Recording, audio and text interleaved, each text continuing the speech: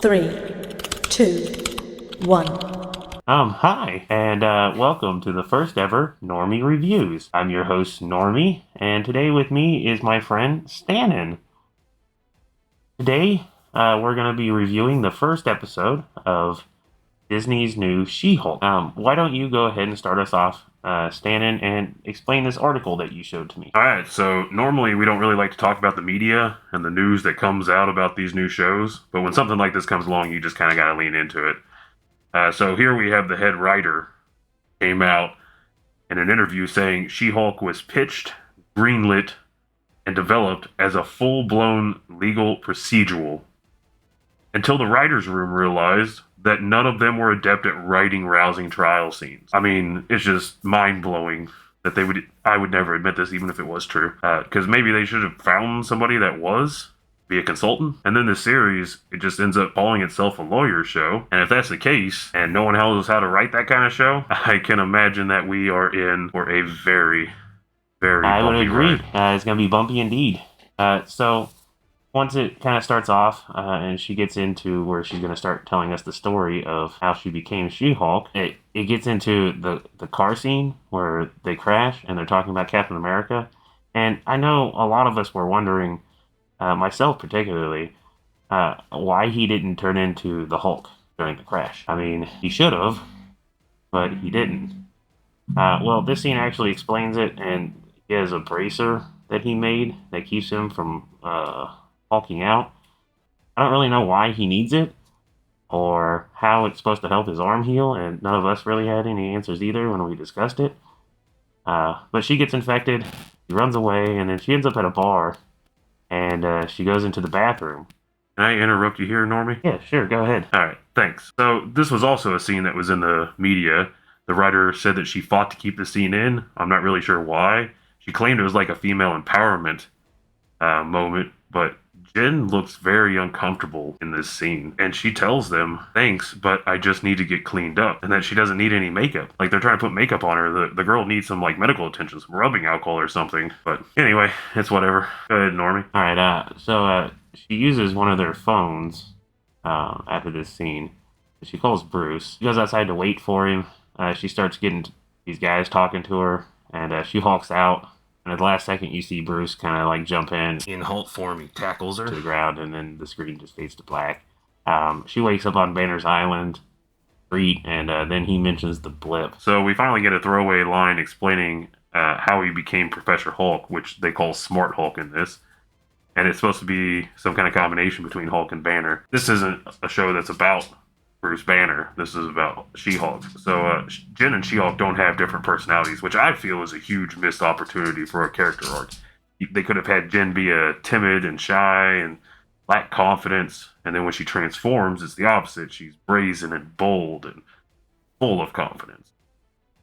And Jen has to deal with the fact that people may like She-Hulk more than her over the course of the show, and maybe that causes her to start taking on some of those traits herself and Yeah, start and believing then in you herself. could have her She-Hulk make a mistake, and she ends up getting people hurt, because she's being reckless. Yeah, exactly. And then you have them merge by the end of it. It would have been a good character arc for her, but nah, she's the bestest ever. It's okay. Who needs character arcs? Good news is she can drink as much alcohol as she wants without getting drunk, but she still has to deal with the hangover, and that seems like hell to me. I mean, why drink if it's not to get drunk? I don't know, but yeah, as far as her training goes, the trailers kind of told us everything. It's pretty much 100% accurate. There's only a few extra little things in there, not really worth mentioning. She matches him and everything, and is even able to match him in combat as well. Even me, like not being the biggest knowledgeable person about this, I knew it wasn't right. And I'll let you take it over, Stannon. Well, actually, I need you to pull up the other scene first. The one where she explains to him why she's better than him. Oh, sorry. All good. So yeah, with this, we see she explains to him why she's better than him at being the Hulk. How it makes sense. She has a better control over her anger. Because he's basically just telling her she's got to stay, work on her shit. And then he's like, I'm an expert. And then you get these stuff, like she's catcalled, and she gets mansplained all the time. And if she doesn't do what they say or doesn't act, rationally, people will call her crazy or something.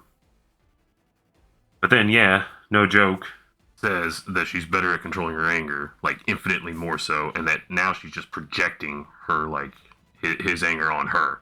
And then you think this is a lesson? Nope. She's in total control and he doesn't know what to do.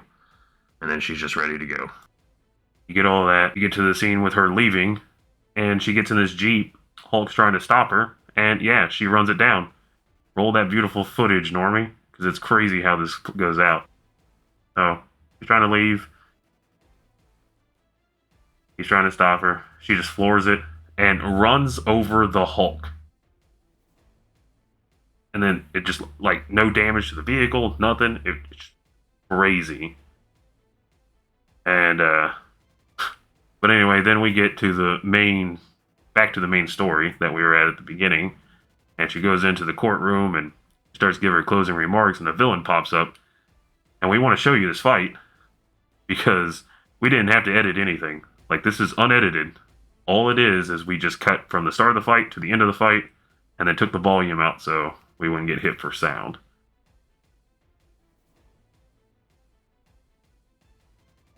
Yeah, it just clips out of nowhere. Like, what? I don't even know what's going on. Oh my god. And then that flying kick. Oof. And scene. That's it. That's seriously it. And like I said, we didn't edit anything.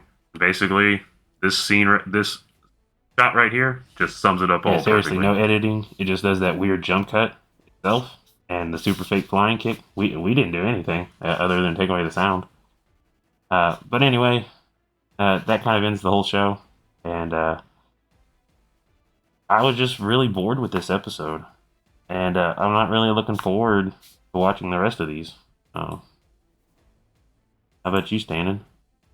Well, overall, I think this is terrible. The CGI sucks. The whole story just doesn't fit into the MCU on a whole.